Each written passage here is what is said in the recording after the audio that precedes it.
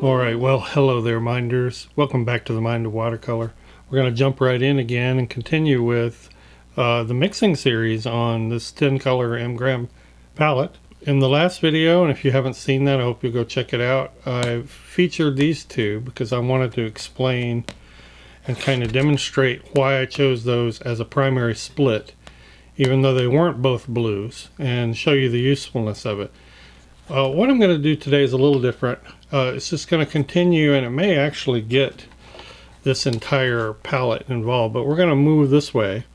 And I've had a lot of requests to please go over the greens again, how I paint greens. I'm really excited to share that with you because this is just a fantastic palette for creating greens. And so the star of the show, the feature character on the stage, will be Azo Green, but it'll be getting phthalo green blue shade involved, and the yellows involved, and even all the way down and through here maybe. Alright, so let's look at our chief character here, which is Azo Green. Azo Green is in a lot of brands. It would be probably referred to as green gold. I think the closest one, for instance, in Daniel Smith is maybe rich green gold. They will vary with brand, but I think you mostly see this referred to as green gold in other brands. I'm not even sure any other brands call it Azo Green. And on your screen it may even look gold. Sometimes I find that on video the green part of it doesn't pick up very well. It's very definitely a green color though, but it's heavily on the yellow green end, and I think that's really important. I'm going to go ahead and pop in the other green swatch that we have. You could kind of even call this a split secondary. Although I've never heard that term, you know, we're splitting the green secondary between Azo Green and phthalo green blue shade. So yeah, obviously on this palette, if you're dealing with greens, these are the ones you're going to go to. And as we look at these, we'll talk about how other colors in the selection, this 10 color selection, can be brought in to affect your greens. Well, let's go back to the color mixing whiteboard. We're going to get the phthalo green. And again, I love showing it this way because you can just start pulling out colors and see how they play.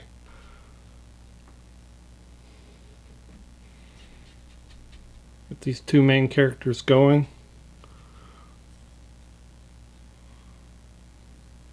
Right away here in the center, you see something sort of approximating right there. A sap green, that would pass for close to a sap green. Let's pull in some ultramarine over here. Now, because ultramarine is warm leaning, meaning it's got a tiny bit of red in it, it might neutralize this green a little bit, but still I'm getting, if you want a nice deep, sort of a deeper version of a sap green, bring in some ultramarine.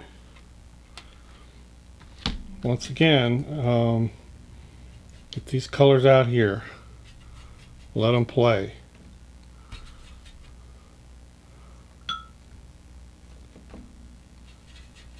See what regions that you're presented with.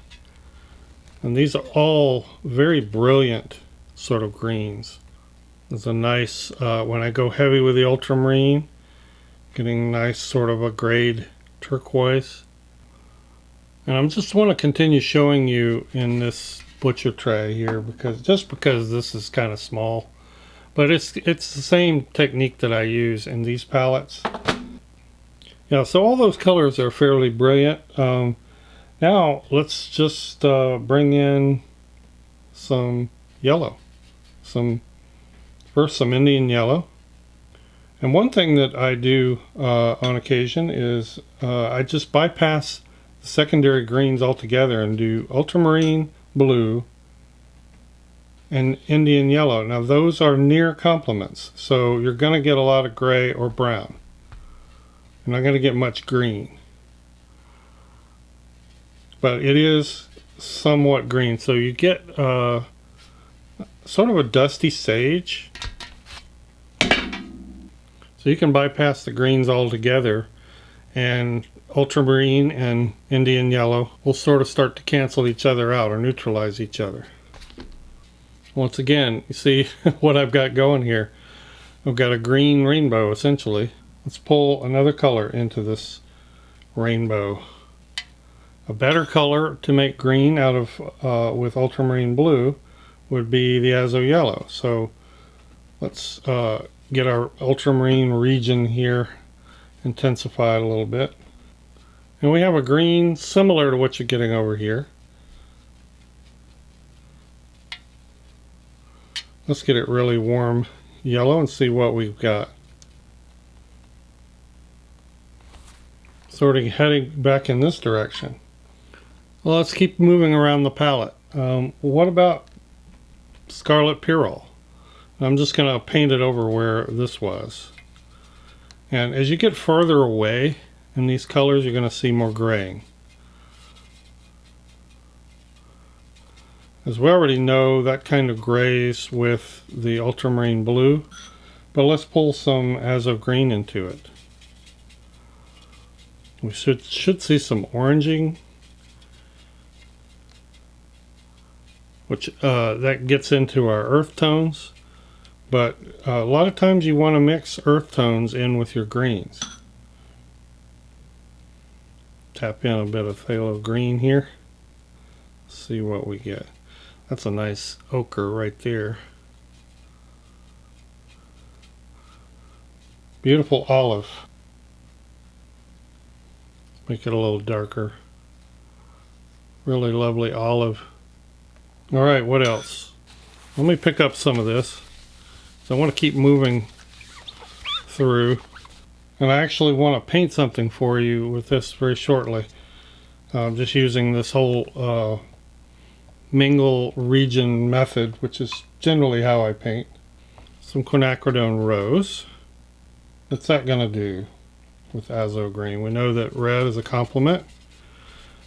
Okay, with azo green, it's not an exact complement. We're getting a rust color. That's cool. Put some phthalo green in there on this side. Put some ultramarine blue over here. That should make a nice sort of a Payne's gray, and it does.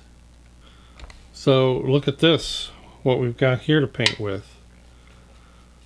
If you're not really wanting to paint with a rust color, just pull these colors into it, and we've got some nice sort of umbers and grayed browns and olives going on. Kind of interested in this green ochre color. Let me swatch that a little bit. Here's a little more heavy on the red, so we're getting again a nice brown, maybe a Van Dyke brown, sort of a red brown, not quite a red iron oxide intensity. Pull some more phthalo green into that. Back to an olive. But look at this variety of greens. I mean, it's just, you can have that all going on your palette at once. It's just so cool. I won't bother to bring in the red iron oxide because that's going to do a similar thing as the quinacridone rose. But let's bring in dioxazine purple. What does that do with azo green? Very umberish green. Again, you know, if you have these regions going, you can bend it. Let's put some phthalo in there. Lovely. I mean, the possibilities are endless. I'm just sort of just picking out little things. And again, this is all just wonderful to play in as you're painting. You can see here where I've got several of these colors mingling together. They're sort of producing a gray. But that's going to be a really beautiful sort of a green gray that you might want to use. I do want to show you this. Phthalo green. Let's intensify that.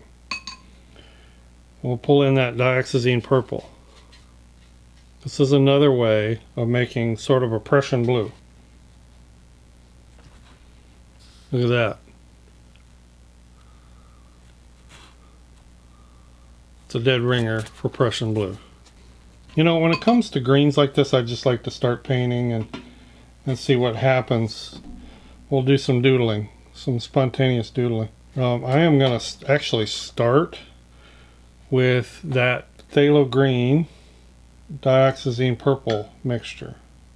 It's going to doodle in some trees. And again, this is how and why I like to use this regional method, is so that you can vary the colors as you paint. So I'm going to pull in some of that dioxazine purple. Let it actually mingle.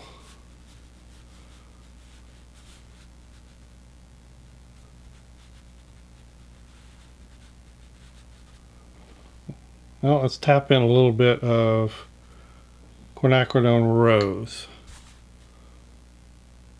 That should, as I add this phthalo green to it, should neutralize a bit. It does. Just want to do a little tree line here that's sort of as a sampler. Just really demonstrate how you can just variegate these washes with all sorts of color. And still, you're basically doing green.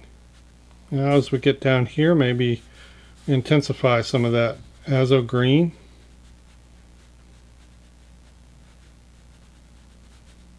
But let it mingle with some of these other colors. Just like it did on your palette, let it play. Let's pull in a little bit of Scarlet Pyrrole, so we're creating a bit of a rust, which, as the greens bleed into it, it won't stay rusty. And some of this phthalo green mixture here was a little bit intense. While it's still wet, you can go in here, charge in some colors, let them bleed, see what you got. At this point, I'm just looking. I'm just looking over here at what I got and seeing what I want to paint with and how I want to bend it. We have mostly just greens here, but look at the kaleidoscope of greens. Maybe we want to create some deep woods, add some blues in there. I haven't brought in neutral tint yet, so everything is very bright and colorful. But if you wanted to start knocking some of these back, or just adding some darks, perhaps shadowing. Now normally when I paint greens, I don't go quite this kaleidoscopic, if that's a word, but I'm illustrating a point. I'm going to get some Indian yellow down here. You can go to some very straw colored or greenish brown colored grasses very easily. You know, that's a very brilliant blue right there. Maybe I want to knock that back a little. Just going to put a little neutral tint over it. So what if I want, you know, some pale distant trees? Just very pale. Let's go with a very gray blue green.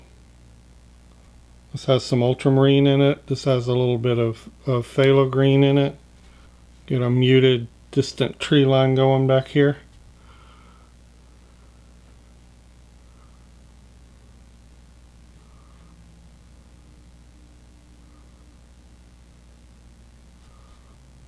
I know I'm being very freeform with this and sort of spontaneous. Oh, you've never heard that word from me before, have you? You know, but I don't know about you. This is how I learn. This is how I learn to use color. This is how I learn, and this is how I like to paint. And you just see a lot of the possibilities. And as I said, this is probably more of a kaleidoscope of greens than you would normally use if you're painting realistically. But for the sake of this demonstration, I hope you see the point. This palette or selection of colors just has a lot to offer in terms of greens. So essentially I have gotten every color in the palette involved, but sort of made these two the star attraction and just brought in other colors. The only one I didn't really bring in was red iron oxide, but you could do that too. It's going to have a similar effect to the reds. Make these the star attraction on your greens palette. Get plenty of those two out and just pull in other colors. Get your regions going on your palette and just move back and forth between them. At this point I'm probably overworking a bit, but I'm just trying to see if I can put some unifying washes down. See if I can lift some here just so I'm left with a few highlights. I think too, if you take this in conjunction with the video I did last week, I think hopefully you can see where phthalo green has really bridged that primary blue gap in mixing to the green and then the yellow. That in conjunction with the azo green. All split palettes do is essentially bridge the gap to help you get more vibrant, truer mixes, let you create your own range of secondaries that are really exciting. Yeah, I'm happy with that. That really, I think, demonstrates the green power in this palette. I could sit here for an hour and take every color and show you how it mixes with every other color. That's valuable, I think, if you want to spend time doing that.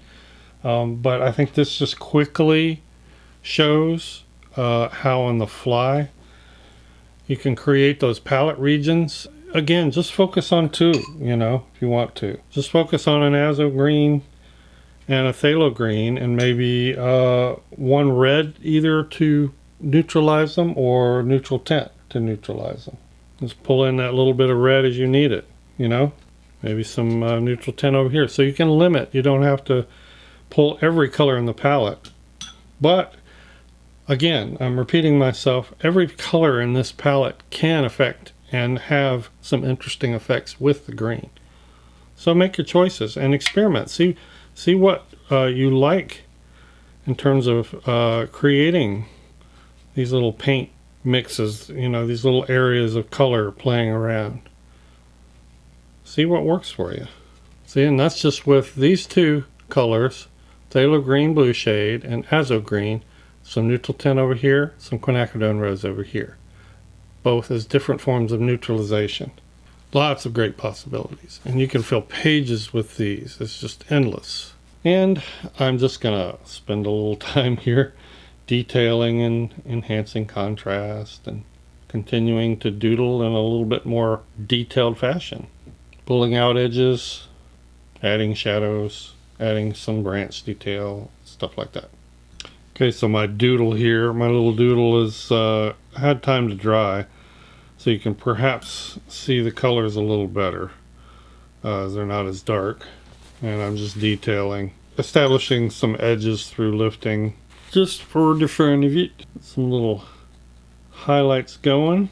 In my typical spontaneous painting fashion, I'm just looking for edges that already exist, and I'm just enhancing those.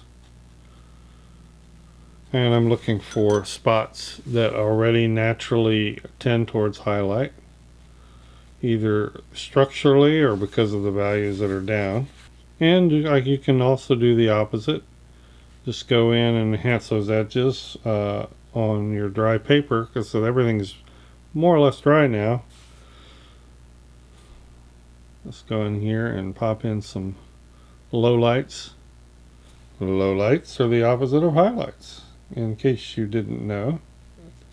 Just take a look at the palette here. This has had time to dry, so all of this is dry. Let me back out again And so this could represent the palette dirt left on your regular palette. You know, as I said in my last video, it's just, this is pure gold. Of course, if you're doing this on a palette the size of the Magello palette, you've got here where you can create those regions, and you have all this space up here you can do that with. You know, here's another technique too, another tip. When you end up with a lot of these colors mingling and producing these very grayed colors, you can re-intensify them. So it's like the opposite of de-intensifying them. It's the opposite of neutralizing them. So when you take a color like phthalo green blue shade, which is very, very intense, very powerful, in most natural painting situations where you're painting natural looking foliage, you de-intensify it. You add neutral tint, or you add a red or an orange. You can do the opposite though. If you have a color like over here, we have a neutral tint, very, very grayish, greenish gray, another sort of a greenish gray here, more of an olive, and you say, oh, I like that, but that's gone too far, that's too gray. So do the opposite. Put your azo green in here, re-intensify it to a degree.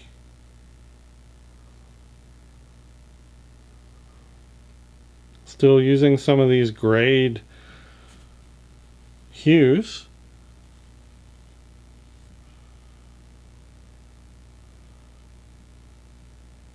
But you're putting a little more color into it.